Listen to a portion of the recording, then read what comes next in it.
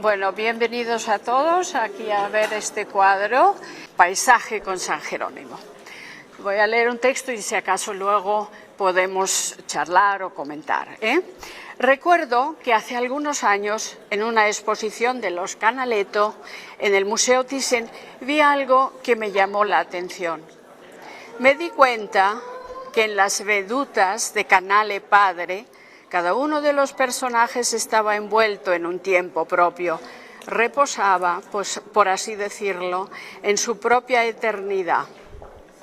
Mientras que en los cuadros pintados por Canaletto hijo, toda la agitación de la escena y cada uno de los detalles remitían a un mismo segmento de tiempo. Ya nada galopaba a su aire, es decir, el tiempo del cuadro estaba embridado y homogeneizado.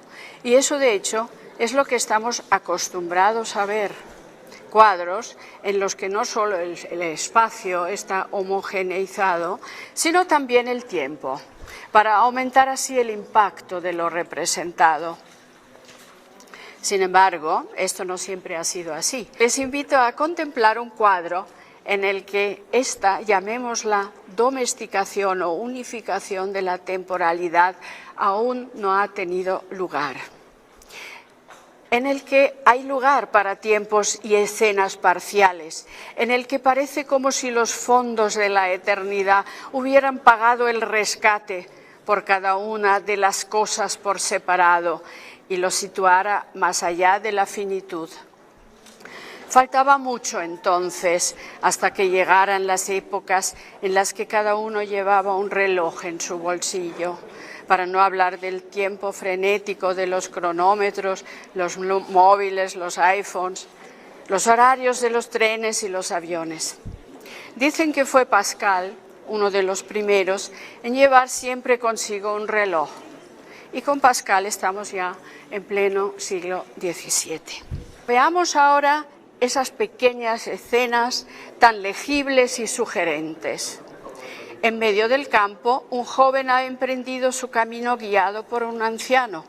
El viaje se prevé largo y a punto están de cruzar un puente. En otro lugar descubrimos un caminante, un peregrino tal vez, que se acerca a un poblado grande o ciudad por un sendero de montaña. Vemos cómo enfila un recodo del camino, estando ya próximo al lugar donde seguramente pasará la noche. Cerca del joven y del anciano, y saliendo de un bosquecillo, vemos a un hombre a caballo que se encuentra de repente con un león y retrocede espantado. En el extremo derecho del cuadro, y avanzando en dirección contraria, descubrimos a un hombre montado sobre un camello o dromedario, y no es el único camello del cuadro. Puedo asegurar que hay 4 más, y les dejo que lo descubran ustedes mismos. Delante de una abadía, unas cabalgaduras, probablemente pertenecientes a un rico comerciante, están siendo pertrechadas para un largo y podemos sospecharlo azaroso viaje. En el molino junto al estanque, en el que se distingue claramente la rueda y el canalón que conduce el agua hacia él, no hay actividad, solo una pareja de cisnes nada plácidamente sobre el estanque. Entre las casas de un pueblo, un hombre con pértiga, que también podría ser otro instrumento de labor agrícola o incluso una lanza, se dispone a salir del pueblo. En el puerto vemos barcos amarrados y otros con las velas hinchadas que ya están en alta mar. En la lejanía advertimos un puente que comunica 2 partes del territorio separados por un brazo de mar. Y más lejos aún, vislumbramos una cadena de montañas.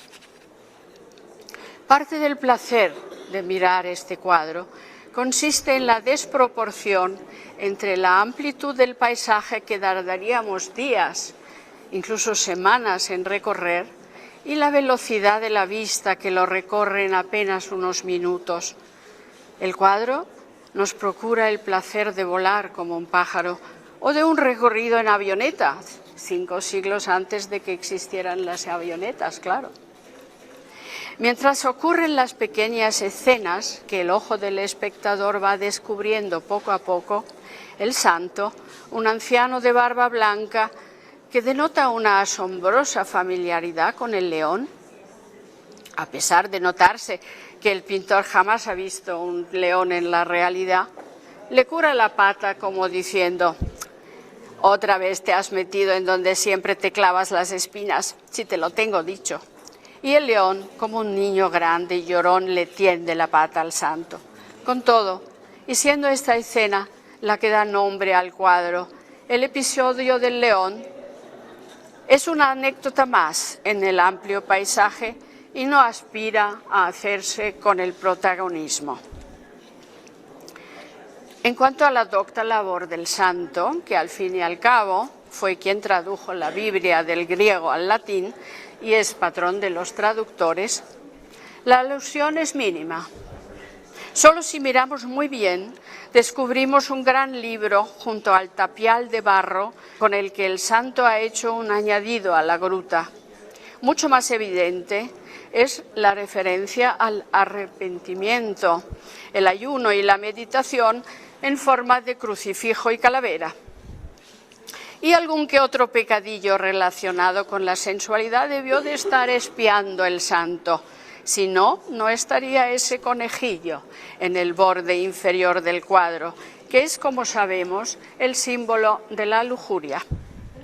La historia de arte está llena de tempestades, de naufragios, de elementos desatados, pero no recuerdo ningún cuadro que se sitúe tan decididamente en la antesala de un temporal, en la tensa espera antes de que estalle el primer trueno, antes de que caiga la primera gota.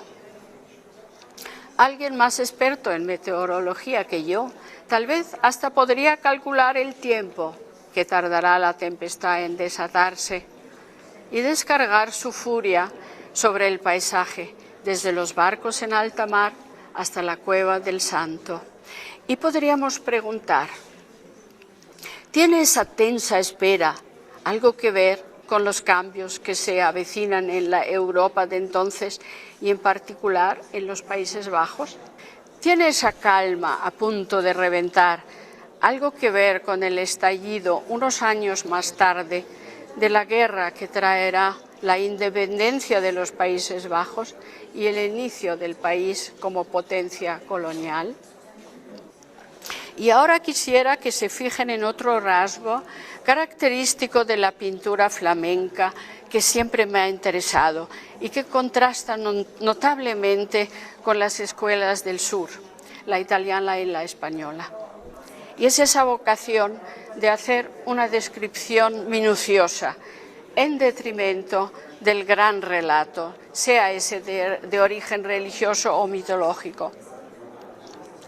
Ese impulso de levantar acta, de convertirse en notarios de lo existente, que en algunos grandes maestros, como Peter Bruegel el Viejo, llega a adoptar tintes estoicos. Pues en sus cuadros no hay ni elogios ni condenas morales. Estoico es aquel que permanece sereno a la vez que no se hace ilusiones, levantando acta de lo que ha visto como si dijera: señores, esto es lo que hay. Este es el paño del que está hecho el mundo y en concreto el género humano.